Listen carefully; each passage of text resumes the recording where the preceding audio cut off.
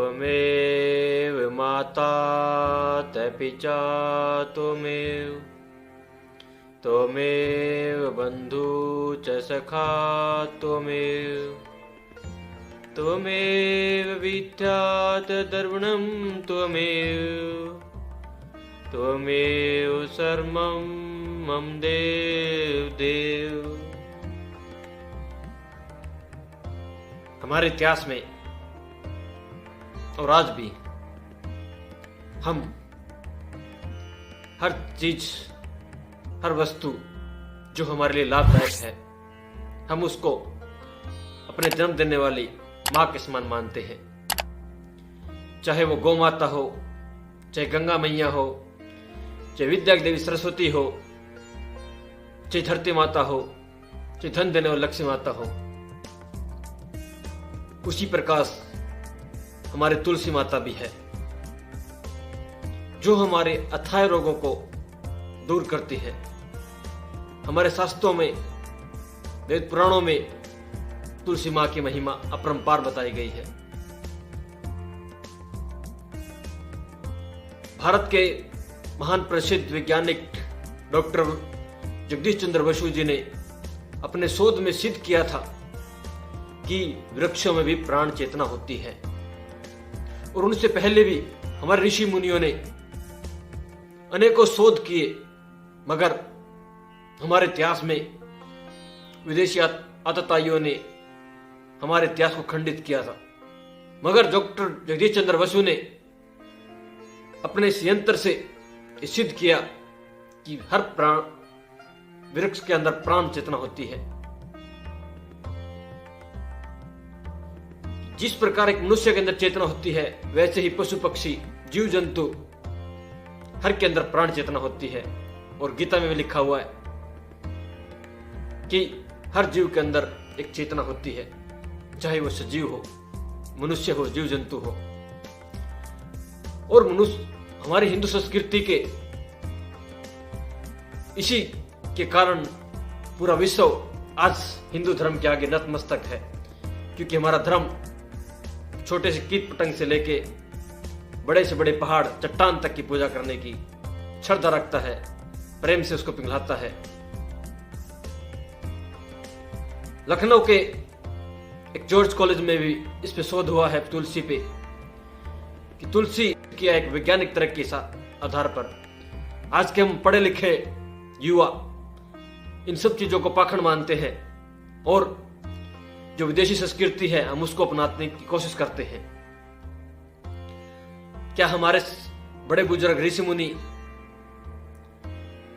जो हमारी संस्कृति संस्कार अनेकों सदियों सदियों चलते हुए आ रहे हैं, जो मुगलों, जो हमारा नालंदा, तक्षशिला जैसे अनेकों बड़े बड़े विश्वविद्यालयों को उन्होंने आग लगा दी थी, मगर वो आग कई कई सालों तक वो धधकती रही, और उन्हीं की हमारी चोरी की हुई आज वो लोग हमको शिक्षा देते हैं कि आप ऐसा कीजिए, वैसा कीजिए।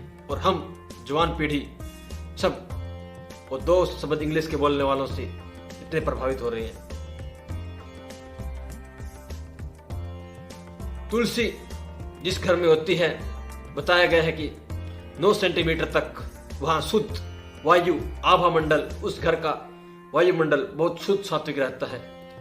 और जब ग्रहण लगता था, सूर्य ग्रहण हो, चंद्र ग्रहण हो, तो हमारे ऋषि मुनि हमारे फलों में, फूलों में, सब्जियों में, भोजन में तुलसी के पत्ते रख दिया करते थे, कि तुलसी के अंदर विद्युत शक्ति का संचार होता है, और जिससे जो सूर्य की किरणें होती थी, ग्रहण के समय नकारात्मक ऊर्जा होती थी, वो हमारे भोजन के ऊपर दुष्प्रभाव नहीं डाल सकती थी।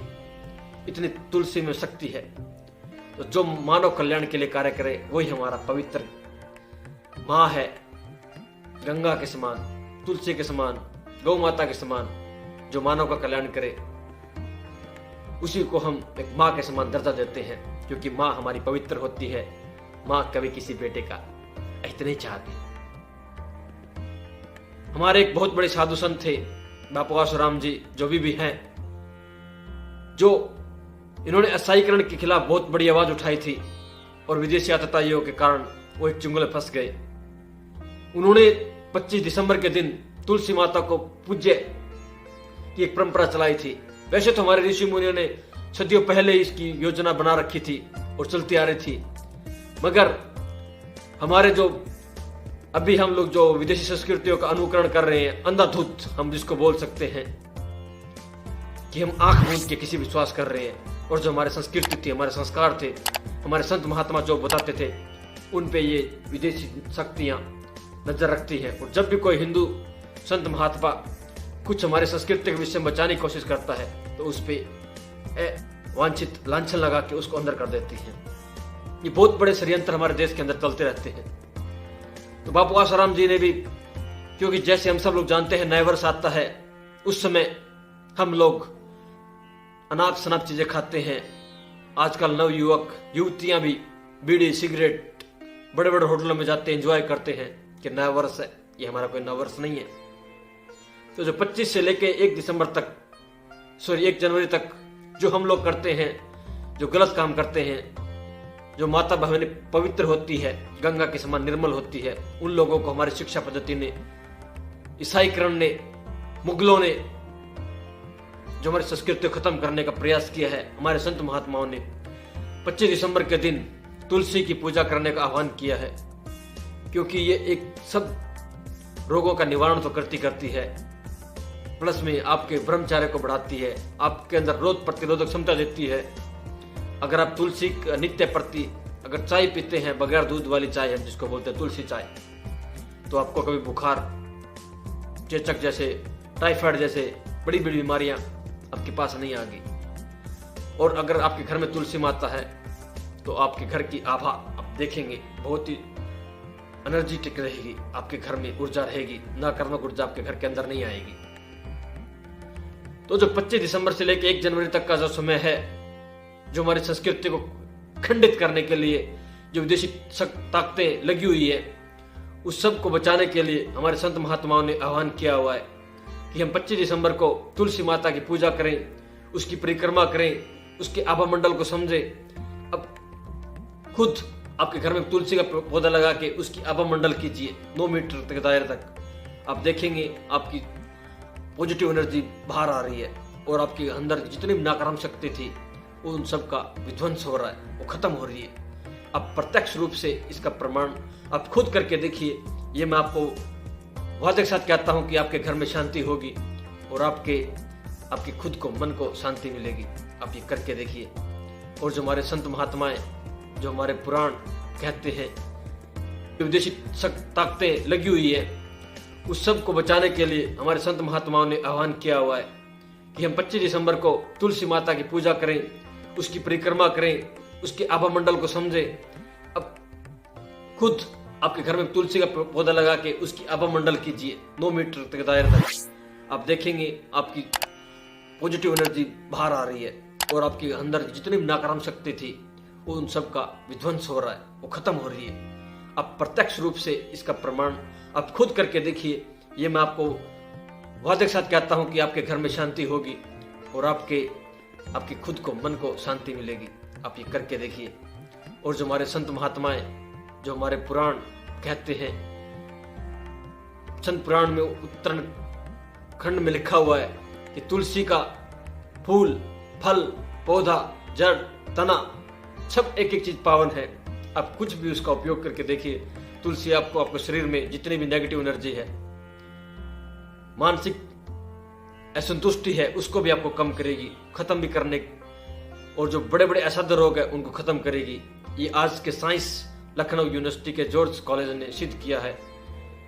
आप शोध करना चाहते हो तो आप खुद भी इसके ऊपर शोध करके देखिए कि जहां तुलसी होती है वहां कीट पतंग, मक्खी, मच्छर कुछ भी नहीं आते, क्योंकि इसके अंदर अनेकों प्रकार के रसायन होते हैं। एक शिथर नाम का भी रसायन होता है जिसके कारण मक्खी मच्छर उसके तुलसी के पास भी नहीं आती और उसकी आभा मंडल चारों तरफ ऊर्जावान रहता है।